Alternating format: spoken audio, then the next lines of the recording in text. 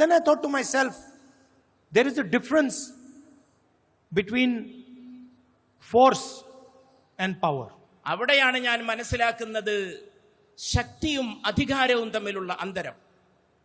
The British Empire had force. British സാമ്രാജ്യത്വം എന്ന് പറയുന്നത് അവരുടെ ശക്തി. But they had no power.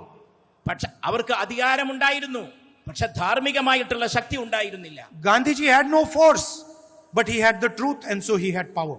ഗാന്ധിജിക്ക് അധികാരശക്തിയോ മേധാശക്തിയോ ഉണ്ടായിരുന്നില്ല, പക്ഷേ അദ്ദേഹത്തിന് ധാർമ്മികമായ ശക്തി ഉണ്ടായിരുന്നു എന്നുള്ളതായിരുന്നു അദ്ദേഹത്തിന്റെ. And the same way Narayana Guru ji had no strength.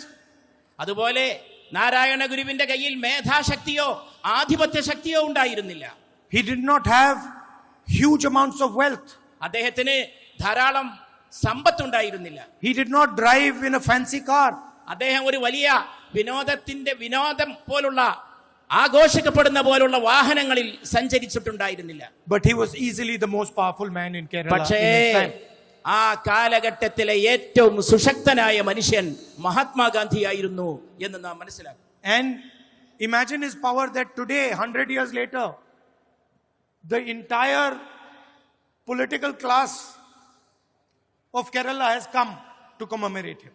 ഒന്ന് ആലോചിച്ച് നോക്കൂ, ഒരു നൂറ്റാണ്ട് പിന്നിട്ട ശേഷം ഇതാ ഈ വേദിയിൽ കേരളത്തിന്റെ രാഷ്ട്രീയ മേഖലയിലെ രാഷ്ട്രീയ വൃത്തത്തിലെ നേതാക്കൾ അഖിലം സമ്മേളിച്ചുകൊണ്ടാണ് ആ ഗാന്ധിജിയുടെയും നാരായണ ഗുരുവിന്റെയും കൂടിക്കാഴ്ചയെ ഓർക്കാൻ വേണ്ടി നിങ്ങളുടെ എല്ലാവരുടെയും സാന്നിധ്യത്തിൽ ഇവിടെ എത്തിച്ചേർന്നിട്ടുണ്ട്. And there is a clear message to those that use violence, those that use hatred from Narayana Guruji and Mahatma Gandhiji.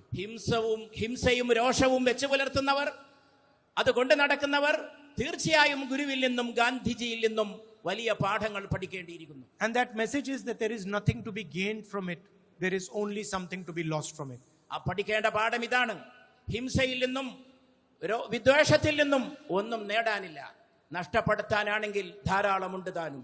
The political fight in India is also very similar. ഇന്ത്യയിലെ രാഷ്ട്രീയ സമരവും ഇതുപോലെ തന്നെ മനസ്സിലാക്കാൻ നമുക്ക് സാധിക്കുന്നതാണ്. On one side there is truth, non-violence, humility.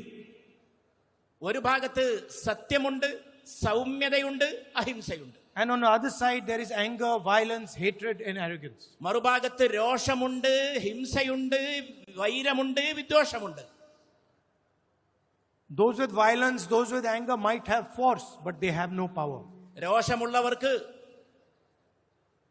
വിദ്വേഷമുള്ളവർക്ക് പല രീതിയിലുള്ള ശക്തിയും അവരുടെ കയ്യിലുണ്ടായിരിക്കാം, പക്ഷേ അവർക്കൊരിക്കലും ഗാന്ധിജിയെ പോലുള്ളവർ കൈവശം വെച്ചിരുന്ന അധാർമികമായിട്ടുള്ള ശക്തിയോ ആന്തരികമായ ശക്തിയോ അവരുടെ കയ്യിലില്ല. Because the spirit of people like Narayana Guruji, the spirit of people like Mahatma Gandhiji, and in fact the spirit of India is fundamentally based on the idea of truth and non-violence.